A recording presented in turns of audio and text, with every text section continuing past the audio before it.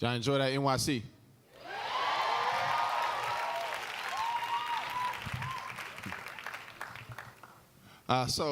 Change of pace. I wanted to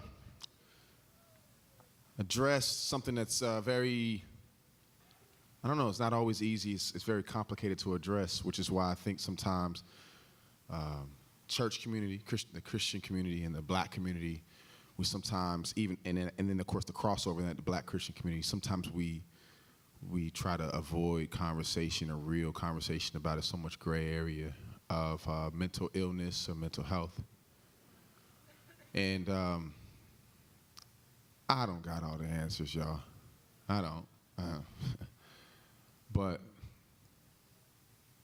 I will say this as an encouragement, if I could say something to someone, is to endure. This Christian life is not about having everything figured out at any given moment. It's not about how you may feel at a given moment, whether high or low. Sometimes we can't make sense of what's happening in our minds. And Jesus says, or should I say, he does not say that those who have steady emotions will be saved. Though only those who have everything figured out will be saved. Only those who don't struggle with PTSD or bipolar, schizophrenia, depression, major depression, personality disorder, only those people who do not have that will be saved. He says those who endure to the end will be saved.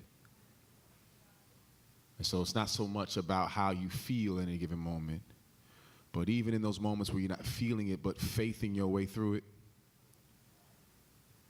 that if you are struggling with depression or deep, deep sorrows, suicidal thoughts, that does not somehow put you outside of the grace of God. That does not somehow put you outside of his reach, that he may not be close enough to grab you, or that somehow you slipped between his fingers. But you still, you who are saved by grace through faith alone, are saved and kept by him always. And these poems you hear tonight, and this poem in particular, I don't say that it would solve all your problems in a few moments, a few minutes. It's a lot to put on a poem. But I hope that it would at least encourage you in your biggest problem, which is your problem to endure, to continue, even if it's a broken endurance. It's a struggling endurance. It's a crying endurance. Let it be a real endurance, whatever it may be. So this poem is called Depression Is.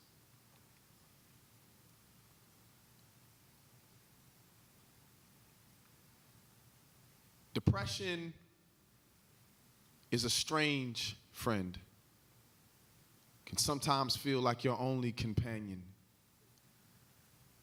It's the dog you try to put in the backyard when company comes over.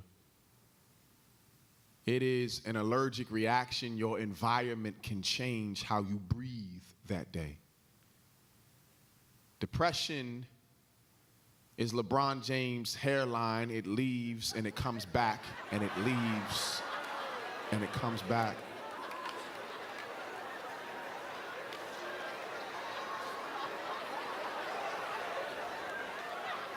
It's cool, I'm a fan. He'd be okay with it.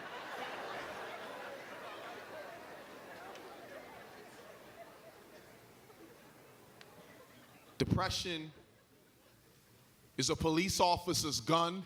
It doesn't always need a good reason to trigger. It just triggers, even in your own home. Depression is a Beyonce album. We don't always know when it's gonna come.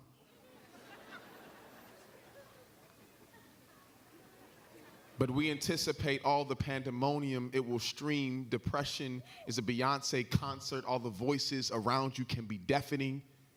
It is being around all your favorite people, doing all your favorite things, and still finding life to be despairing. It is gray paint on rainbows. It is waking up in your bed at morning that feels a lot more like casket, hoping to find God in the ceilings. Depression is the creepy man catcalling at her in the alley. It shouldn't be normal, but it is. Depression, Pastor, do not be offended if I go see a professional. It doesn't mean I don't think you can do your job. It just means I think she can do her job too.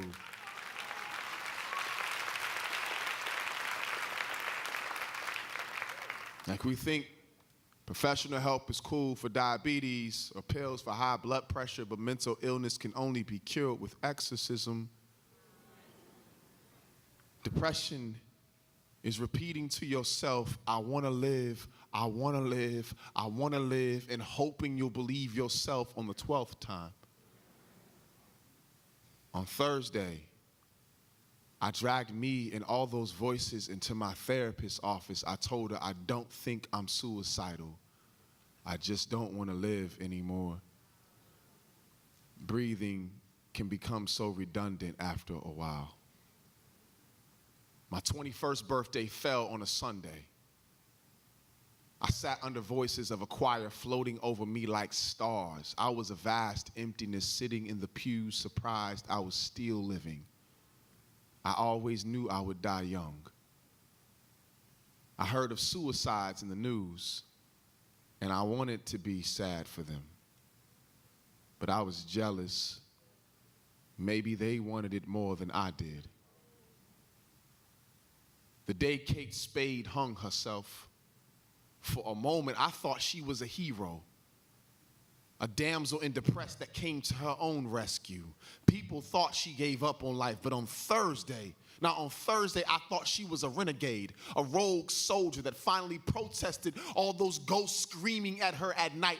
I saw a magician, the way she made all the black disappear, transformed her thoughts into doves. I saw a designer, the way she made her mind all pretty and calm again. Interior decorated the room with her swinging body as the centerpiece. Maybe in that moment, she never felt more in control of her life in her life. Depression is to be space. So grand, but still so empty and dark, to be island, surrounded all of ocean and still thirst, to be privileged, affording the luxury to think about your depression, to be distant, to feel like God's afterthought, to be broken and pierced, suspended above a hill alone. Depression sucks. For life to feel less like gift, more like curse. Depression sounds a lot like Jesus. I know it sounds negligent to speak of him this way, but it has always sounded blasphemous to those who wanted him to be so God but not so human.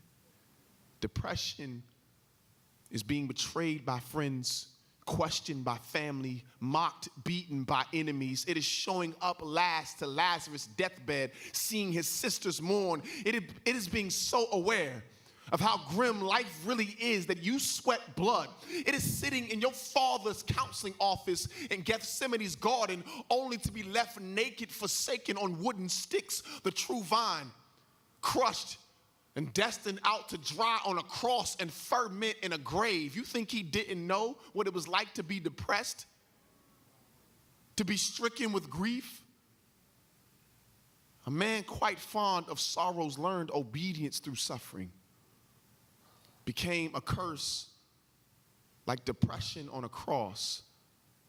Now, sometimes offering a phone number to a hotline, telling us just to be happy, or suggesting that we don't have enough faith is a mocking dismissal. But our Savior friend, he listens and he weeps and he says, I know what it is like to be sorrowed unto death and still fight for joy We do not have a Redeemer unable to sympathize with our temptation, but one who was tempted in every way, yet without falling, yet without losing grip of you. When your bed feels a lot more like casket, there is still hope to resurrect to new mercies at morning. For all the confused, God is certain. For all the unstable in mind, Christ is steadfast. And I believe one day, we will laugh about sorrow and death and depression like it was an old inside joke among friends.